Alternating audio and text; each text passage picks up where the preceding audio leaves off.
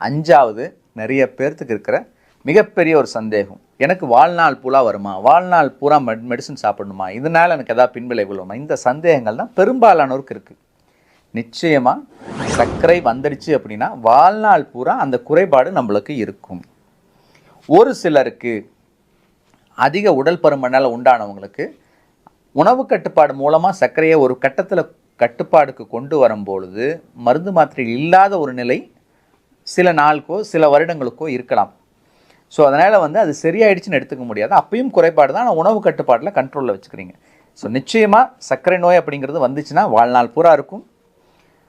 அதை எப்படி கட்டுப்பாட்டில் வச்சுக்கணுங்கிறது உணவு கட்டுப்பாடா இல்லை வெறும் மருந்து மாத்திரையெல்லாம் ஊசியும் உணவு கட்டுப்பாடு மருந்து மாத்திரையெல்லாம் சேர்ந்தா அப்படிங்கிறத உங்களோட வகையை பொறுத்து.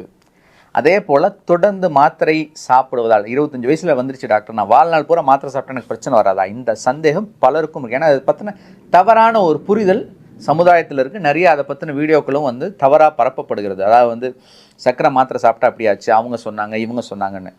நிச்சயமாக சர்க்கரை மருந்து மாத்திரைகள் எடுப்பதால் உங்கள் கிட்னி பாதிப்போ இல்லை உறுப்புகள் பாதிப்போ ஏற்படுறது கிடையாது. எல்லா மருந்துகளுக்கும் சைடு எஃபெக்ட் அப்படிங்கிறது வரக்கூடிய வாய்ப்பு இருக்குது. அது ஒவ்வொரு மருந்துக்கும் ஒவ்வொரு மாதிரி இருக்கும். நார்மலாக ஒரு காய்ச்சலுக்கு எடுக்கிற மருந்து கூட சில பேர்த்துக்கு சைடு எஃபெக்ட் உண்டாகும். ஸோ அப்படி இருக்கையில் அதுக்கு தகுந்த மாதிரி மருந்துகளை மாற்றி அமைக்க வேண்டுமோ ஒழிய இந்த மருந்துகள்னால பின்விளைவு ஏற்படும் நினச்சி மருந்துகளை தவிர்க்கிறது நிச்சயமாக மிக மோசமான ஒரு செயல். அதனால் லைஃப் லாங் மருந்து சாப்பிட்றதுனால எந்த விதமான பின்விளைவுகளும் மருந்துகள்னால உண்டாகாது, சர்க்கரையினால் தான் பின்விளைவுகள் உண்டாகும்.